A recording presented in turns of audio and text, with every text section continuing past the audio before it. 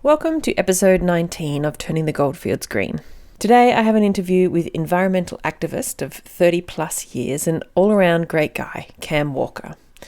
Cam has worked at Friends of the Earth for 30 years and has been an activist for even longer than that. If you want someone who really understands the push and pull, the nuance and dynamics of running a long-term campaign for the environment, Cam is your guy. Today I talk to him about Friends of the Earth and his life, what he sees as important in regional communities like Central Victoria, and what is the most important thing you personally, as an individual out there listening to this, can do today to help keep our government on track in this time of COVID-19 management and recovery. Friends of the Earth Melbourne is located on the land of the Wurundjeri people, and Cam and I both live on Jara country, home of the Dja Dja Wurrung. We pay respects to their elders past and present and acknowledge the pivotal role that Aboriginal and Torres Strait Islander people continue to play within the Australian community, especially as we attempt to move forward into a more earth-friendly future. Salt of the earth. Salt,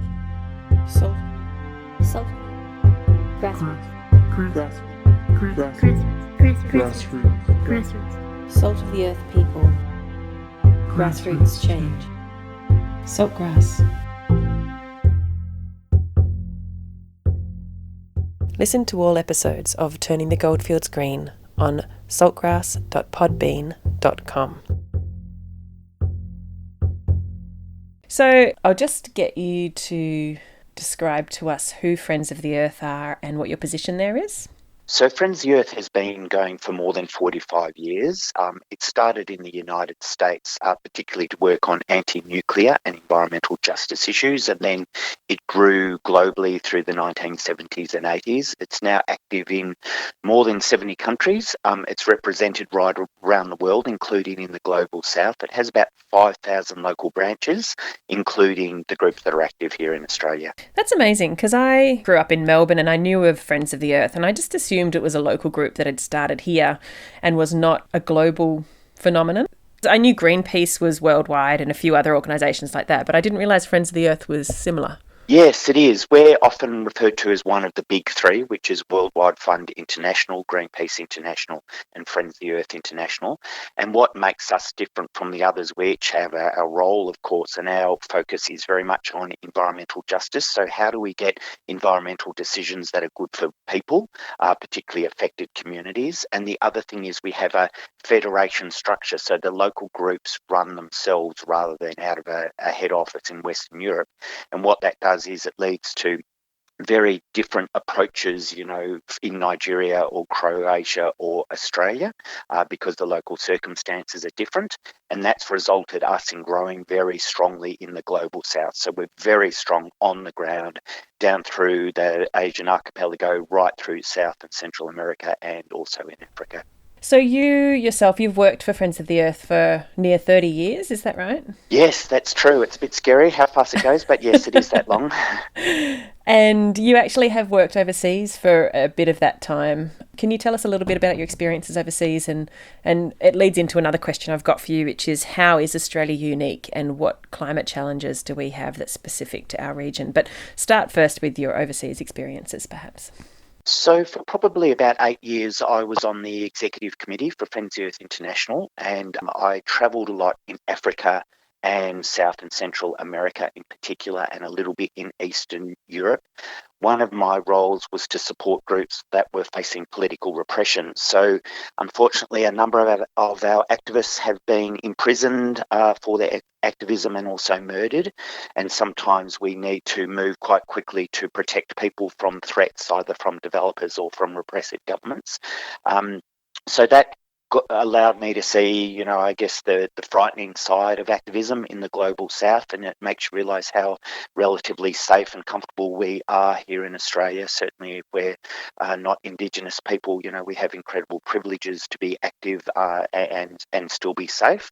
I think one of the highlights was being in Nigeria at the time when Friends of the Earth was working to bring Shell to court in The Hague in the Netherlands, because of pollution on the Niger Delta from their oil drilling operations and the impacts on local villages down there. And that was, I think, for me, really eye-opening to see the absolute remarkable level of poverty and yet the remarkable level of resilience that these communities had, and yet they had this multinational coming in over the top of them and literally destroying their rivers, their waterways and their croplands. And yes, that had a huge impact on me to realise that often the impacts of environmentalism, as we might see it here, the loss of forest or the loss of a beach or impacts on species, is often very pointed over there, where it actually impacts directly and causes horrible things to happen in people's lives. Well, I imagine if they're quite poor and they're living off the land, those sort of like oil leaks through their creek systems or their rivers or across their land would be devastating. They would potentially starve to death if those resources were so badly affected. Absolutely, yes, and that was the reason we took the company to court. We actually won in court in Nigeria, and the company decided it wasn't going to listen to the court system in Nigeria, so then we took it to the Netherlands, and the Netherlands have a particular form of domestic legislation that allows operators based in that country to be taken to court for things that happen outside the country. And I remember, I think one of the most remarkable things on the journey we took down to the Delta, and this was in the early days of collecting testimony before the court case was actually launched, was being in a small village and walking between houses, and there was literally a pipeline that had been laid down between two people's houses without permission, that they'd had to put wooden planks over so they could walk over the top of it. And then just beyond that, there were leaks into fields that was basically their food. And these were people that, didn't have bank accounts. They had nothing to fall back on beyond the support of their neighbours and their community. And that was, absolutely devastating to witness. That sounds awful. And I think it really brings home, as you said earlier, how lucky we are here. And I think a lot of people feel hesitant to get involved in activist work in Australia because they feel like they might get in trouble or it might impact them. But we are very lucky to live in a country where we're relatively protected. We're not very likely to be murdered, for example, as you said earlier, and if someone tried to lay a pipeline down the side of my house, I would have a very strong case for telling them to go away, which is just not true elsewhere in the world. They don't have those rights. Absolutely. And it really underscores the need that, as I said, for people to get organised, to join groups, even if you can't be active in a group, join it, support it if you can financially, because unfortunately, right around the world, corporations love to say they're, clean and green and responsible, but the reality in real time, in real people's lives, is often very, very different. And where you have governments that will not intervene to protect people and environments, then it really only comes down to civil society groups like environmentalists, trade unionists and Indigenous organisations. So, yeah, unfortunately, we have many protections here, and we only have them because the community has demanded them. They're not just given by governments because they wake up one day and decide to give us rights. They're given because they're demanded. So, the message for me is always, everything is about politics. No one can step outside politics. We all need to put our shoulder to the wheel however we can and play our part. Yeah, I think that's something that is worrying as, for example, America and even Australia and various other countries around the world sort of drift towards the right and towards leaders who don't want the people to have the rights that we've spent, a century or more building up for our populations. And we're just drifting there because we're actually quite comfortable right now. We're used to being able to have those rights available to us, and we consider them rights as opposed to privileges that we've earned or that our grandfathers and grandmothers earned via their protests. What's your reflection on how that's happening across the world, really? It's absolutely right. Even if you go back one generation, and if you go back two generations and you look at the conditions that people lived in, including here in Australia, if you go to Melbourne now and you walk down the Merri Creek, that is a beautiful restored forest, whereas it used to be a dumping ground for industrial waste. So the world has changed as a result of communities getting organised and putting in place protections which involve good policy and enforcement and fair and just systems, and we only have them because we demanded them. And here in Australia, we're witnessing already as we come out of the lockdown over the COVID-19 pandemic, the federal government is talking about removing what they call green tape and red tape, i.e. environmental protection and workplace protection. So, we've spent decades building up this system that provides some level of protection to people in communities, that they, will have access to clean drinking water, that they will have access to safe air. And now we're witnessing this pushback against these constraints, as they're seen. I would see them as protections, but the federal government sees them as constraints. And in the United States, if you look at what's being done through the Trump administration, they are just gutting the Clean Air Act. They're gutting environmental regulations, laws that took years and years to be put in place, and they're just basically gutting them because they're saying we want to get business back on its feet. And it's a very short-term thinking, because really, we know that ultimately this earth is all we've got, and if we destroy the ecosystem, then we ultimately destroy both our economy and our society. And so there's this very short-term kind of deterministic thinking that doesn't actually understand that we actually need some restraint in how we engage with the natural world. So it's very scary. It's happening now. Just this week, there's been the federal government, its C19 commission that's meant to look at the economic recovery, which is stacked with people from the gas industry. A leaked report has just come out that shows that basically it ignores renewable energy, it ignores storage, it ignores climate change, it ignores energy efficiency, and it says we should be putting millions of dollars of public funds into new gas infrastructure, and we should have a conversation about nuclear power. So this is backwards thinking, and this is a very live conversation now. And unless we engage with it, then those things will come to pass. We will put millions and millions of dollars into new gas projects, even though climate science says it's a very bad idea. I think I want to go back to this idea. Like, you've been in this role, well, you've been with Friends of the Earth and you've been working on climate activism for 30 years. How have you seen things change over that amount of time? I personally feel like things have changed even in the last 10 years quite dramatically, to a lot more spin. There's a lot more, like, the reason Trump got in is largely because people have lost faith in the government, and they've lost faith in political argy-bargy. They feel like it's all showmanship and there's no genuine argument going on. And same with the media. There's all of this argument and people just hear it as white noise and they want it to stop. And people don't know who to trust anymore. So do you feel like that's a fair reflection? Absolutely. I think it's utterly correct that the politics of politics has turned people off, and it's created cynicism, and it's created this right-wing populism. And you see it in Brazil with Bolsonaro, you see it in Eastern Europe, you certainly see it with, Pauline Hanson and those parties here in Australia, and you see it with Donald Trump. It's this kind of, I'm not a politician, I'm a real person and I will look after you. And the minute you drill into that, you realise that that's not at all what's going on, but it's something that people want to hear. I am really heartened, though. I believe that trust can be lost, but it can also be rebuilt.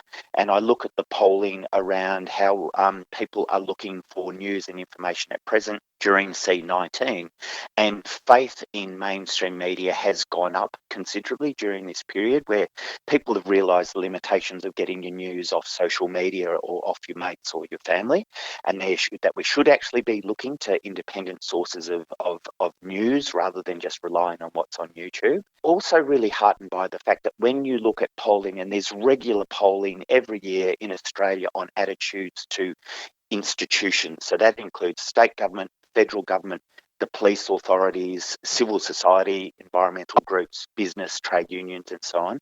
I am heartened by the fact that not-for-profit groups like ours, the environmental sector, is generally trusted by the community. And so I kind of feel like, well, we can be an honest voice and call it as we see it, rather than being a vested interest voice. And I also look at things of like, here in Victoria, I think what the Victorian government is trying to do is rebuild a sense of trust in governance institutions, because it has really been lost. So, if you look at local councils that work well, and if you look at state governments that work well, what it does is engender a sense of faith in people that it's not going to be perfect, but at least the government is starting to think about me. And that's how you rebuild trust, and you rebuild it, step by step. It doesn't happen overnight, but if governments commit to do things and then they do it, that adds a little bit of level of rebuilt trust into the mix. And I think that's really what we need to do now. And I think it's an antidote to this kind of nasty, inward-looking right-wing populism that always has to blame the migrants or someone else they don't like for the world's problems. It's a more holistic and a better way of thinking about the world, and accepting that there is trust between people. And if you look at your neighbours, most people are okay and will always do the right thing where we can. But this right-wing populism drives us against each other, as does social media, where instantly it gets into who do I disagree with and who do I agree with, rather than where is the common ground. I feel like the idea of seeing an enemy is amplified rather than seeing a human being who has opinions and was raised a certain way and, has a backstory. Absolutely, yes. And I've been struck by that. There's just a very contentious issue that I was watching on social media just in the last few days, and seeing people disagree that I know each of them individually, and they've attacked each other in a way that they wouldn't if they were in the same room together. And they would actually agree with each other probably on 95% of the issues that are being raised. But there is just this, the very nature of social media drives us into confrontational and antagonistic situations unless we're very mindful about it.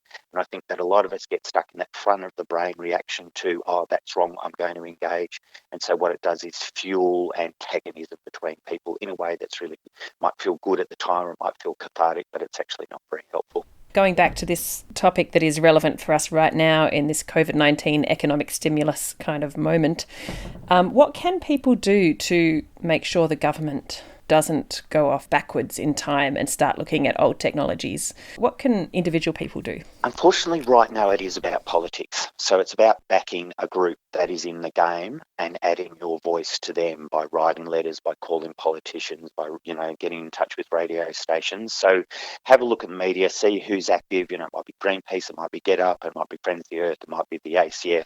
Everyone is in the game at present, and really we're incredibly, outgunned by the resource sector, and we've got a federal government that is so committed to being climate deniers and fossil fuel promoters that we're in an incredibly live game at present. And the future of Australia over the next 10 to 20 years is being determined now. Do we put hundreds of millions of dollars into really great public transport infrastructure and revegetation and sustainable agriculture, or do we put it into gas pipelines and shoring up old clunker coal-fired power stations? So if you've ever, thought about getting engaged, now is the time, because we will be living with the ramifications of the decisions that are going to be taken in the next couple of months for decades to come. So in the podcast, I always put links for people if they want to follow up on any of the issues raised in the show. So I'll put a link to the Friends of the Earth website. Great. My next question is, there's lots of different ways people can get involved. I mean, we see petitions go around, letter writing, direct action is obviously, I've covered that a couple of times in previous episodes, and lobbying is something that happens at a political level or a big level. And what is actually effective, do you think? What changes the course of things? I think the main thing, if you want to create change, is to think about two things. One is, where do I have a point of leverage? Where do I have a little bit of power? Is it a network I have? Is it people I know? Is it skills I can share? And then what is the level of governance where I personally can have that impact? It might be by going and talking to your local councillors. It might be engaging in, a federal, a global conversation around the UN and climate change. So once you start to think about those things, what's my skill and where can I have the most impact, then that kind of gives you a pathway to, to do what you can to be effective.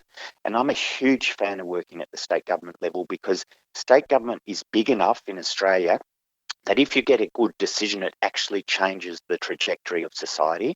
So here in Victoria, for instance, we've got a ban on the process of fracking, so we can't destroy our groundwater by, fracturing for gas.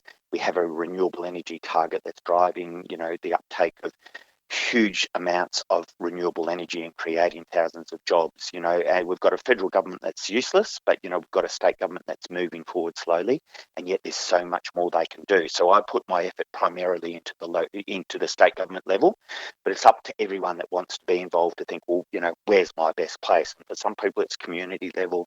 Some it's local government, some it's state government, and then all the way up. So we know who our local federal member and our local state member are. Yep. Can you write to the Prime Minister directly? Can you write to his office or to him and just say, I think this is a terrible idea, please reconsider? And what's their process? Do they have to log and record all communications from members of the public? Yes, it does have impact, and often it's easy to feel a bit disempowered, but the fact of the matter is that numbers matter. And they do generally log the volume of correspondence they will get, and then that will be provided in a briefing to the Minister or to the Prime Minister or the Cabinet member. So adding your voice does really impact. But then, of course, your postcode also matters. So a local federal member here in Central Victoria is going to listen to a 3450 postcode more than a 3000 postcode. So it's also around thinking, well, where do I have impact? So you could write to the Federal Energy Minister, and he, is in New South Wales, so he probably doesn't care what we might think in Castlemaine. However, they do still have to govern for all of us. So it's about not either or, it's about doing both. Contact the Prime Minister, contact the responsible minister. So if it's around energy, it'd be contact Angus Taylor.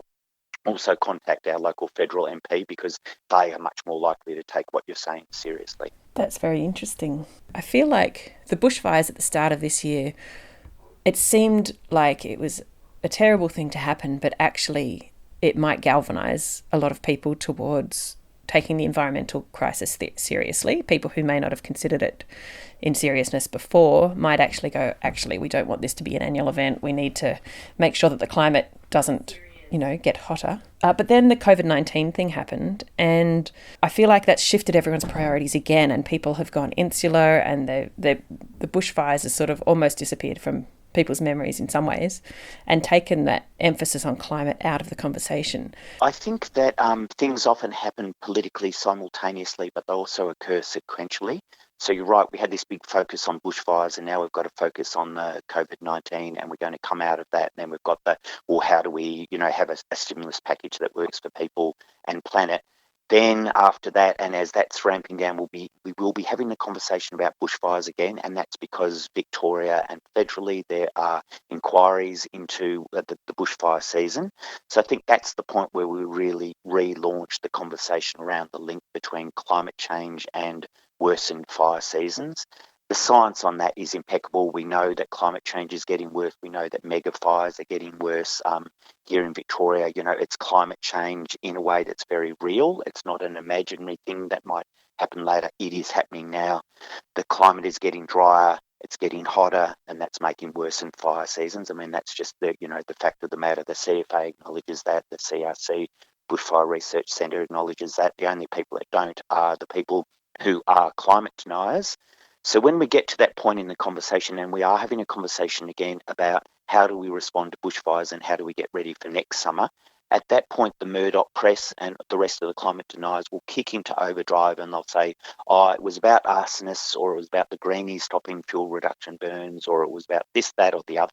And they will do their best to take it off the narrative away from the conversation around climate change and the link between that and bushfires. So we're going to have to pay attention, and we're going to have to engage in the conversation because, people love to keep it simple. The Murdoch press likes to keep it simple, and they will present this as this is not about climate change, this is about fuel reduction burning. And I think sometimes a lot of people find that a lot easier to hear because it's a human scale problem instead of a global problem, which is just overwhelming to think about. Oh, absolutely, yes. And I guess I kept coming back to that. Well, it is a global problem. We need a global solution, but that will happen through people in their communities, their states and their nations getting involved. So we've always got to kind of push back against that sense of, despair and lack of motivation to change anything. If we all turn away, then nothing happens. But if we all pay attention and if we all engage, then it does actually have the chance of, leading us to a point where we resolve this existential crisis that we're facing. And how do you see Australia resolving this divide between, for example, Queensland and Victoria, and this political divide where it just seems so extreme, and often people in Victoria or the South or other places are just like, how did they get into government again? And because the circles we're involved in, the people around us are, not voting that way. Indeed, yes. So I think there's a couple of things at play here. One is to remember that basically people want to do the right thing. And so where we can, we take it out of a political frame and we take it out of a cultural frame. And the example I always use is the campaign that we ran to get a ban on fracking and a moratorium on onshore gas drilling here in Victoria. We were successful in that. It took us about 5 or 6 years, and it was based on working with rural and regional communities to find common cause. And these are people who, particularly in Western Victoria and Gippsland, who we work with, they were primarily National Party voters. And, they weren't our usual allies. And we had to spend time, we had to leave the baggage at the door, not talk about politics, not talk about climate change, build a sense of connection as human beings, build a sense of trust in the relationship, and then find common cause and then develop a plan of action from there. And, it shows to me that those sort of alliances are possible and effective, and they can achieve meaningful and lasting change. So it's thinking around how do we build common cause rather than going back into our bubble or back into our political corner. But I think also we need to remember that the world is changing because of economics. Renewables and storage is getting cheaper day by day. And so for the first time ever, the fossil fuel industry and the nuclear industry are on the back foot. They've always had the money, they've always had the investment kind of juggernaut behind them, and that is now shifting to renewables. So the world is changing in spite of Scott Morrison and in spite of Donald Trump. And so we need to think of ways to help shift that, to ensure that transition happens through economic transformation and investment decisions. So think about, well, where is your super? Do you have any money in the bank? Where are those funds? That sort of thing. Are you helping the transition, or are you backing the old form of energy? And then to kind of understand that this investment will eventually outflank the ideological opposition of people like Scott Morrison and all his mates in the federal government. So in the longer trajectory, we're actually already on the winning side. Renewables will win in this. It's just a matter of ensuring there are no or fewer bad investments put in place with public funds in the meantime before the technology tide fully shifts in favour of renewables, efficiency and storage. So how many Friends of the Earth organisations are there around Australia? We have about 25 members all up. Some of them are known by other names. So we have a campaign called Market Forces, which looks at investment and where people put money, banks, superannuation firms. There's a group called the Earth Worker Cooperative, which has established a worker-owned solar manufacturing facility in the Latrobe Valley. We have a group called Healthy Futures, which works to bring together doctors and health professionals to engage them and motivate them and mobilise them on climate change. We probably have about 6 local Friends of the Earth groups, but then we have also these other affiliate projects that are, occurring as part of our network. So each group is looking at their local scene and trying to work with what's going on there, but do you all collaborate and work on national issues as well? Yes, we do. So we have a national project called Tipping Point, which is working to build a really strong and thriving and dynamic climate change movement around the country. Tipping Point works closely, for instance, with the student strikers and provides them with logistical support so that they can be more effective in their campaigning. Market Forces works at the national and global level around investment flows and decisions by the big banks and the super funds. We also work in direct climate change campaigning kind of at the national level. So at present, we're engaging in the COVID-19 Recovery Commission conversation. So yeah, a lot of our work is at that national level. And then we have a national anti-nuclear campaign, a national emerging technology campaign that says, well, these new technologies like nanotech or like geoengineering, who's generating them, but more importantly, who is governing them and making sure they're safe before they're released into the consumer or the natural environment. It's sort of overwhelming when you think of all the different things that are happening simultaneously. It is. Yes, it is. So you live in Castlemaine? Yes.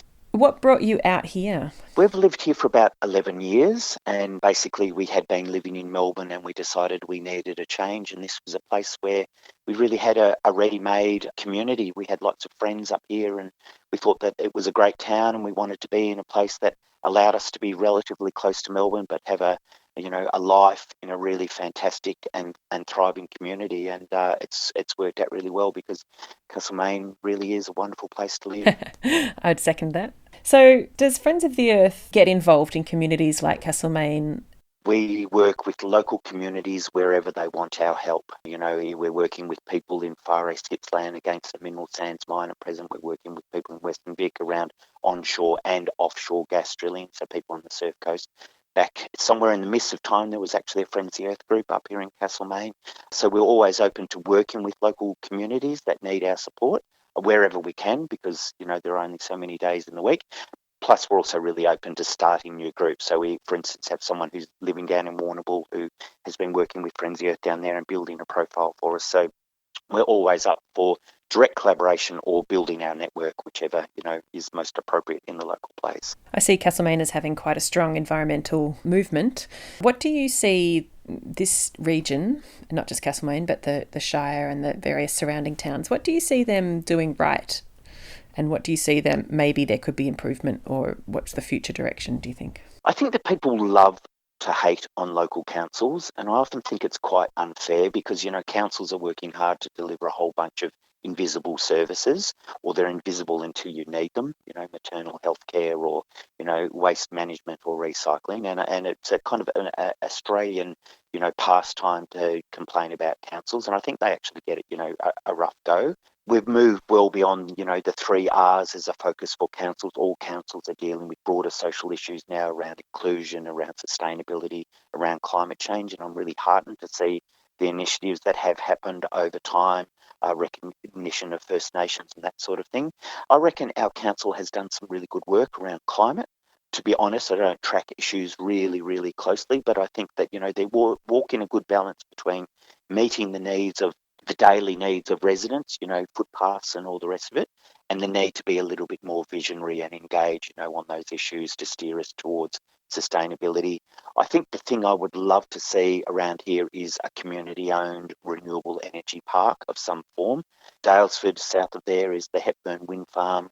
There was an attempt to build a similar project to the west of Castlemaine that went for a couple of years and then kind of, came to a halt. I'd love to see the council be more actively involved in the creation of medium to large-scale renewable energy that could bring down costs over time for council. It could bring income for council, and it'd be, a fantastic thing for our community to have a community-owned renewable wind park or a community-owned solar park in our region. I reckon that would be a fantastic thing for them to concentrate on. It would be great, wouldn't it? It would be wonderful. Yes, I think it would be great. And when you look at renewable energy, a lot of the large global operators are often shifting from fossil fuels and diversifying into renewable energy. They're still globally based transnational corporations.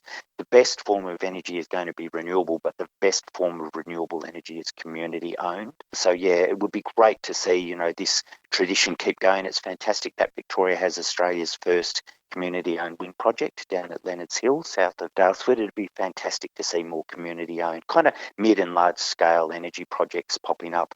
Yeah. Well, there have been both wind farms and solar farms proposed for this shire by MASG over the last decade or so.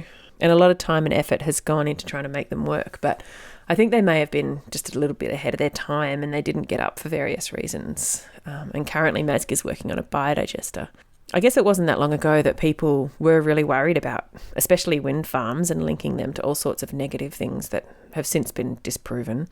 The biodigester is an interesting project. It's still in planning stages, but it is in collaboration with a local business, and it isn't a community-owned enterprise like Hepburn Wind and what you're talking about. And of course, the fact that MASG is working on this with one of our local businesses doesn't preclude community-owned renewable energy project getting up and going, which would be really great all round. Yes. Actually, next week's episode is going to be with Taryn from Hepburn Wind and Jodie Newcomb, and we're going to be talking about how our shire can get to zero net emissions by 2030.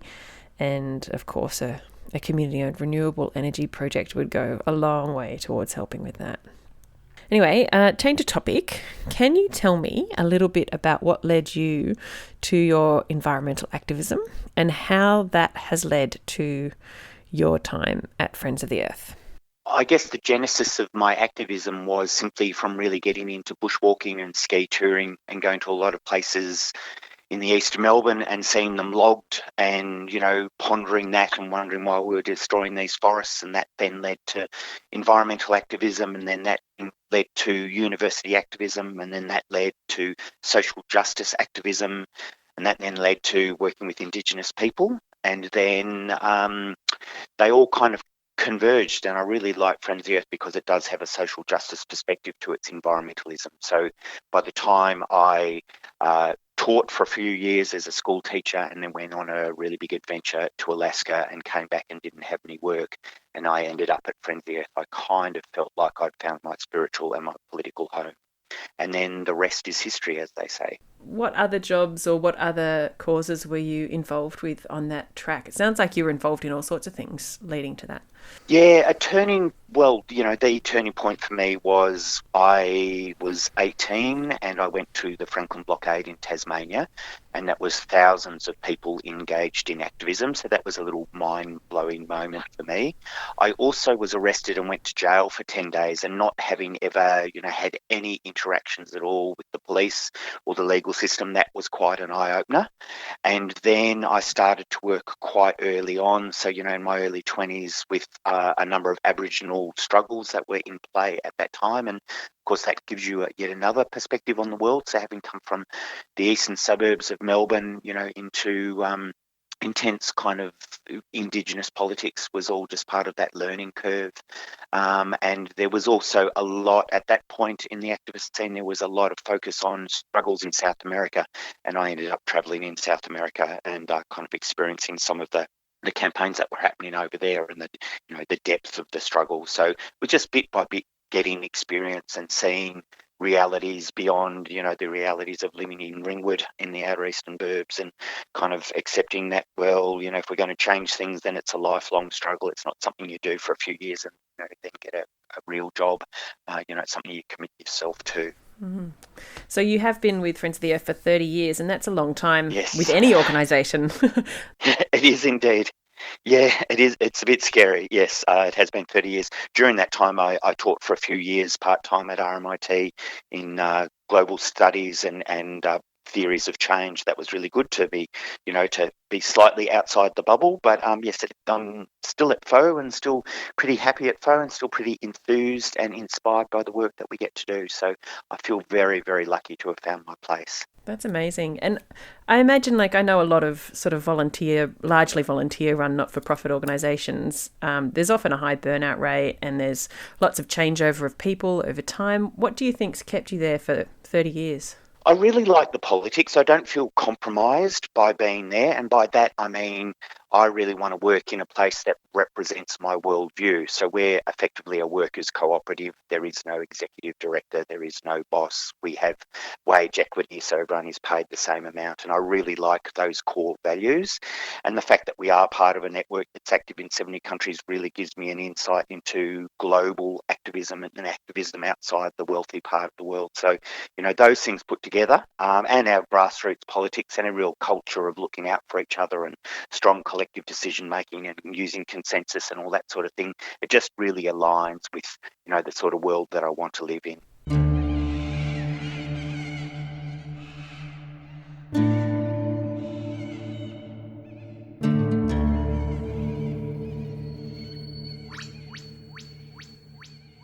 That was Cam Walker, campaign manager at Friends of the Earth Melbourne.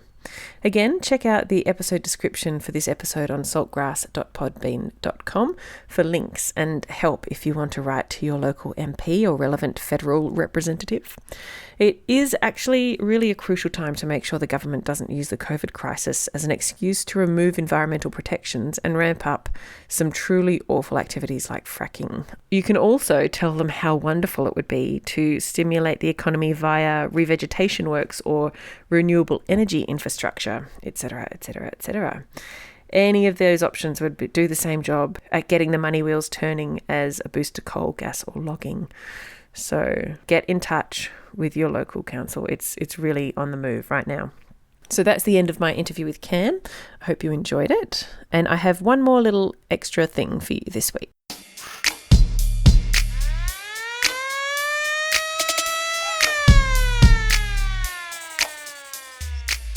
I have a book review for you. It is actually an audio book.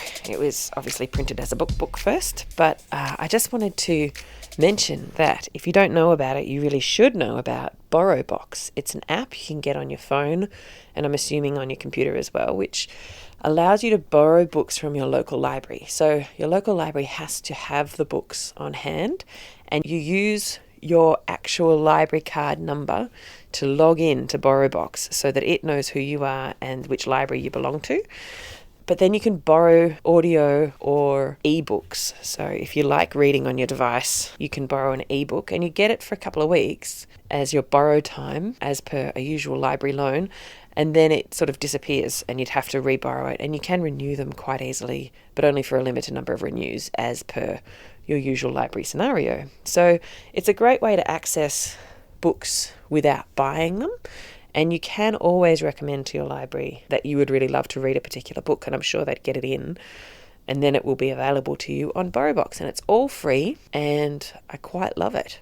I was told about it by my local librarians, and I have really enjoyed it because I do like, when I'm driving, living in the country, I often do, a quarter hour, a half hour, or 1 hour or more drive, and it's a great way to pass the time while I'm driving. I don't tend to listen to podcasts or ebooks outside of the car, but it's a nice way to listen to some interesting information while you're driving. And so the book review, aside from BorrowBox, I want to recommend a book. And the book I've been listening to recently is by Tim Flannery, an Australian academic and author, and it's the book called The Weathermakers. And he has been writing about climate change and all of the associated factors for some time and is quite well known for it. And he himself is reading the book out loud. He is the voice of the audiobook, which I really enjoy because he's got a nice way of speaking. He's quite Australian sounding, which I enjoy too. And The Weathermakers is really interesting if you want to understand the actual science of climate change and what it all means. So he begins with talking about the different climate eras that our planet has gone through and why. And he talks about what carbon means in our atmosphere, why we're always talking about carbon and greenhouse gases, and what's the difference between a greenhouse gas and carbon. And he gives all of that information in a really easy to understand. There's moments in time where he throws out a lot of numbers, like parts per million this and bits per blah blah that, and I sort of glaze over a little bit there. I will admit I'm not a numbers person, but he's also a really good storyteller, and he tells the story of our planet's history and the ups and downs of the carbon and the climatic ups and downs, so ice ages and warm periods, and the time spans are incredible. And he also then relates it, of course, back to now and what we're seeing now. And he describes how the evidence is gathered and how people know what happened however many millions of years ago on this planet. And I find it really interesting. The science around climate change, we always hear that it's pretty rock solid, that not many people in the science community deny climate change, but it's actually nice to get a grasp on what it really means, what the scientists have been looking at, what it means for us to be living in a period of rapid global warming, and what that means in the scale of the planet's history. So when you're talking about millions of years, what does it mean that our planet is warming by degrees within a century? It's really fast in terms of the planetary timescale, and it's very interesting just listening to him explain all that in a way that is very comprehensible to the layperson, which is what I am. So that book is The Weathermakers by Tim Flannery, and you can get it as an actual book or you can get it as an audiobook, whichever way suits you best. Salt of the earth. Salt. Grassroots. Salt of the earth people. Grassroots change. Saltgrass. Listen to all episodes of Turning the Goldfields Green on saltgrass.podbean.com. My name is Alison Hanley, and I have been your host today. I hope you've enjoyed the episode.